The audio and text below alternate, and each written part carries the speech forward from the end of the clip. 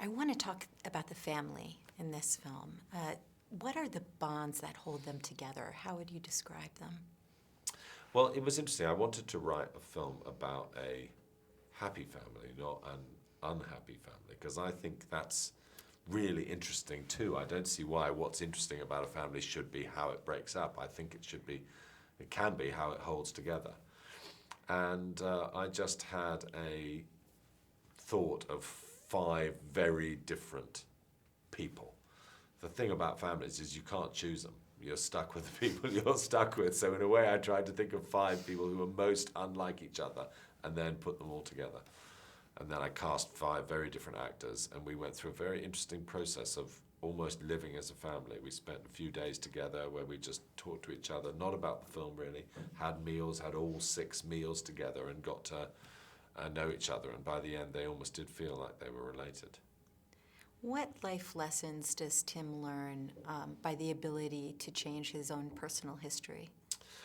I think he really, the big lesson that he learns 2 big lessons. One, that there are things you can change and there are things you can't.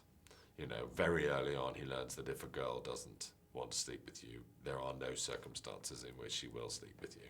But he also learns that if somebody loves you and you mess it up, then the chances are that you'll be able to make them love you again.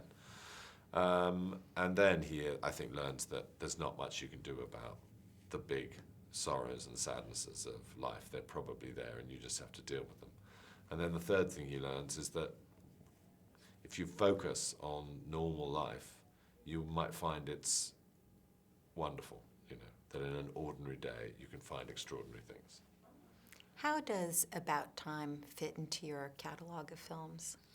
I think About Time fits in quite sort of clearly in a way. I think I wrote 2 romantic comedies. I didn't know that Four Weddings was one, but then Notting Hill I did know was a romantic comedy. And then then I wrote Love Actually, which had like 7 romantic comedies, but then 3 family stories creeping in. And this one is, I think, the full picture, in that half the film is in a way a romantic comedy about time travel. And then the second half reveals the fact that after a romantic comedy, you end up with a family drama. You know, when you get married, you then have the children, and then you're in another family, and then your family takes care of your old family. So I feel it's like old film plus. You have such wonderful performances in the movie. And talk about the chemistry between Donald and Rachel.